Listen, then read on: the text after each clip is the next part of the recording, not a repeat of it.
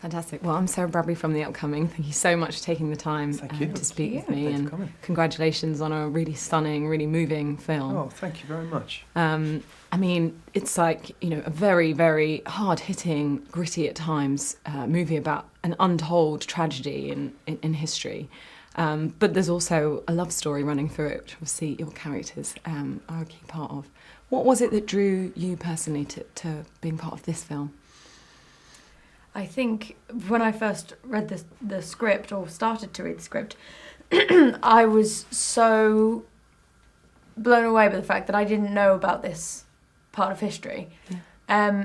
And then asked around, and my friends didn't know about this part of history.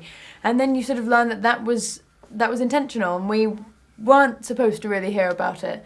Only in 1991 was the information released about it, and estimated between 2 and 10 million people, maybe more, they don't know, died. And you kind of feel completely ashamed that you don't know about that. And so that as a starting point, even before you've really delved right into the script, is so compelling. And while the backdrop is incredibly bleak, I think at the heart of this story, it's a story of hope and the enduring nature of the human spirit. And you see that with these two people who are being confronted by a sort of rapidly changing environment. They've gone from sort of countryside tranquility to all of a sudden Soviet imperialism knocking at their door, collectivizing their farms and taking the very little that they have and making life completely unlivable. And you see two people who basically the fuel is their fuel to go on is love. It's what drives them forward in this situation. And when we did our research, when we spoke to a lot of people whose parents or grandparents perhaps had been through it, they were the stories that stuck around. Stories of love for a child, love for a parent, love for a village, love. That was what kept people alive. So it actually feels like a nicely honest take on the situation. And brings a real human side to something that could be, like you say, a rather bleak otherwise story. Overwhelmingly bleak, yeah. And you have a fantastic on-screen chemistry through some quite tough scenes. How did you prepare for that, and how did you find working together? Well, working with you was fantastic. We'll start with that.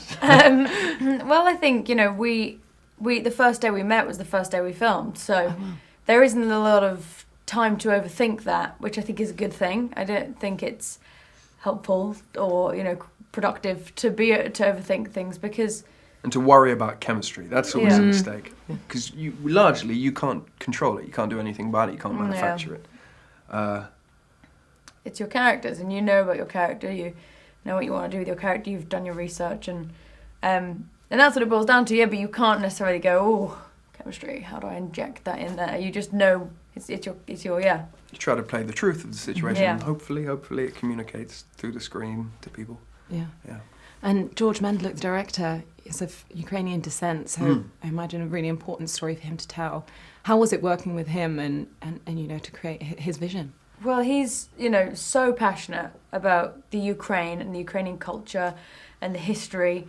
And so, it was fantastic because he had just so much knowledge and so many interesting things to lead us to, so many interesting articles and books and fantastic things. So that's always fantastic to have somebody with so much passion for the story at the front.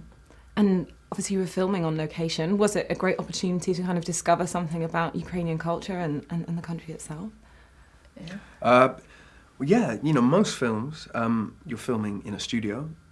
Very rarely you're in the country that you're actually telling the story about. So in this case, we weren't in either. We were in Ukraine, on the ground, in the winter, in historically accurate locations with a Ukrainian cast and crew.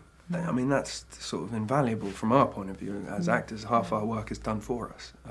But not only that, you can draw on the stories of the people around you.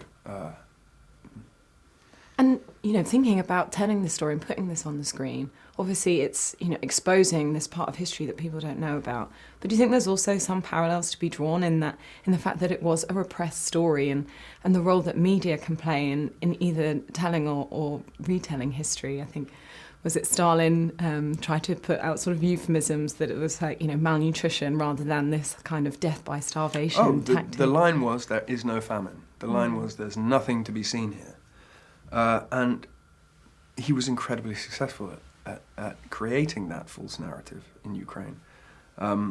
Whereas the truth, the forces that have been at work in Ukraine have largely been the same for hundreds and hundreds of years. It's an incredibly fertile country, it's a huge amount of natural resources, and it's stuck between these huge two power players, Europe and Russia. So yeah, I think it's good. The more voices that Ukraine has at the moment, the better. And what for you was the most sort of challenging thing about acting in this film? I mean, you have some quite intense scenes, sort of sexual violence with some of the Soviet soldiers. You obviously have there's a lot of violence, there's elements of torture. What was most challenging about having to film? I think, the rape scene was incredibly difficult emotionally and in every aspect to film. You kind of, again, you really can't overthink that, because otherwise you'd be panicking. It's it's a horrible thing to have to film, but it's, luckily, Tamer Hassan, who I filmed the scene with, is a great guy, and he's, but there's no way, I think, to necessarily approach that, but just rather than, I don't know, it's difficult. That was very difficult. For me, there was a scene where I had to walk down the street, and on either side of me there were dead bodies or starving people, children. And I've seen photographs of Kiev, and that was what it was like. And we saw the same thing in Berlin and in the concentration camps. I'm lucky enough to never have had to engage that gear in me as a human being, that survival gear where you don't look twice at that. That's a hard place to get to mentally and emotionally, that sort of numb survival instinct. Yeah.